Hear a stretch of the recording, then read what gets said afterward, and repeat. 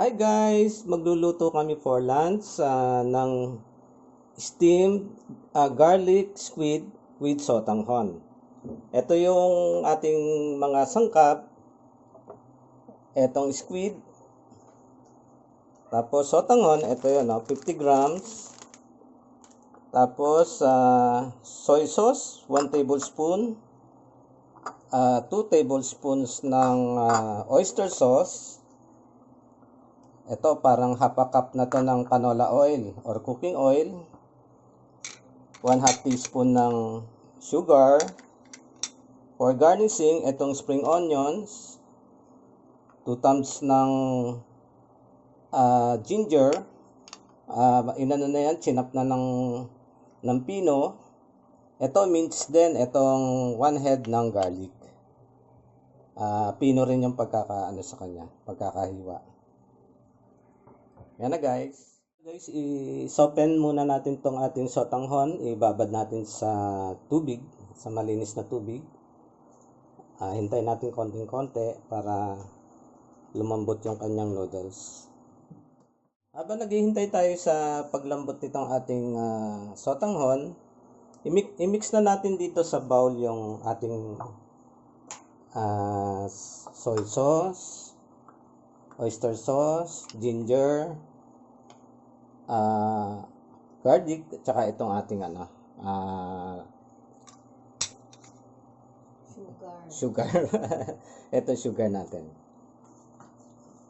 Wala nang tokis yung ano.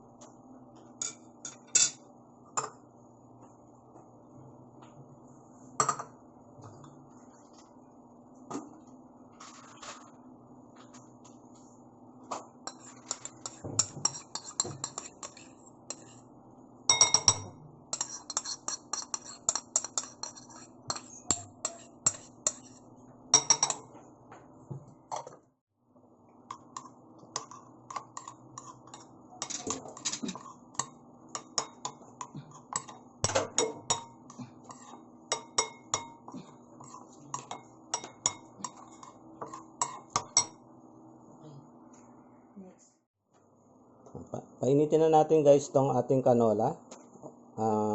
Half a cup na to.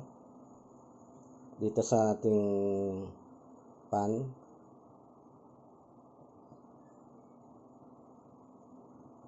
Yan. Pag mainit na yan, ilalagay natin, i-pour natin doon sa sa ating mixture kanina. Habang naghihintay tayong uminit yung ating canola oil, itong binabad natin sotanghon, medyo malambot na siya, no? Tapos aalisin natin yung kanyang tubig. Dito na rin natin sa top niya ng sotanghon, dito na rin natin ilalagay yung ating mga squid na i-steam natin mamaya. Okay, mainit na yung mantika. Lalagay na natin doon sa sauce, sa mixture. Yan guys,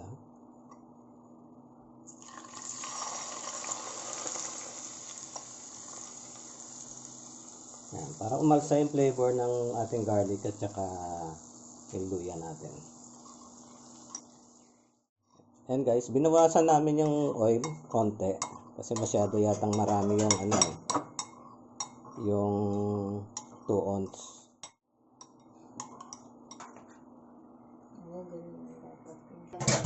Tapos inalis na yung tubig dito sa sotanghon. So dito sa tray na to, ito na rin isasalang natin sa steamer. Ayan guys, nailatag na namin yung mga squid, yung puset. Mapapansin nyo may mga slices dito.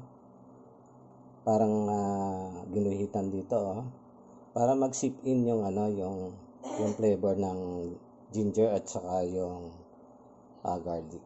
Ayan. Okay, so next, itong ano na, paglalagay na ng sauce sa ibabaw.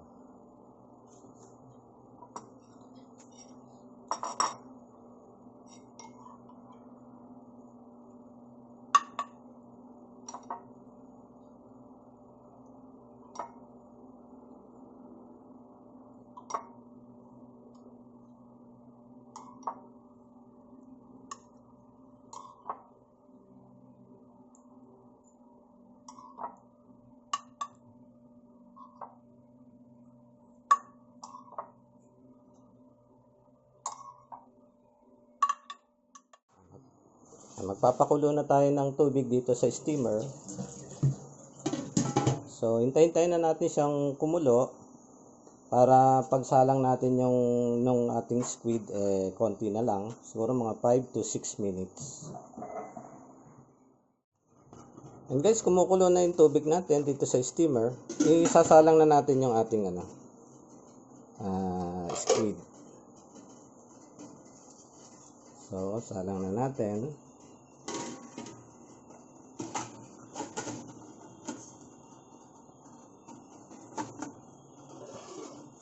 Yan, okay. Adjust natin yung heat niya, medium lang para hindi naman siya persado maluto. Yan, iano natin guys, steam natin for 5 to 6 minutes. Tapos tignan natin kung luto na siya after 6 minutes. Dagdag tayo ng another 3 minutes guys. Medyo hindi pa ako kontento dun sa kanyang luto. Sinagad na namin ng 10 minutes. So 10 minutes na namin na in-steam. Ayan ayan yung kanyang finished product.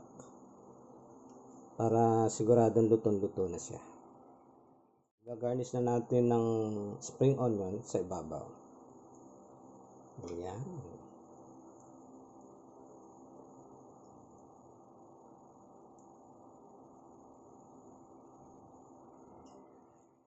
Dagdagan pa natin ng ating garnishing ng garlic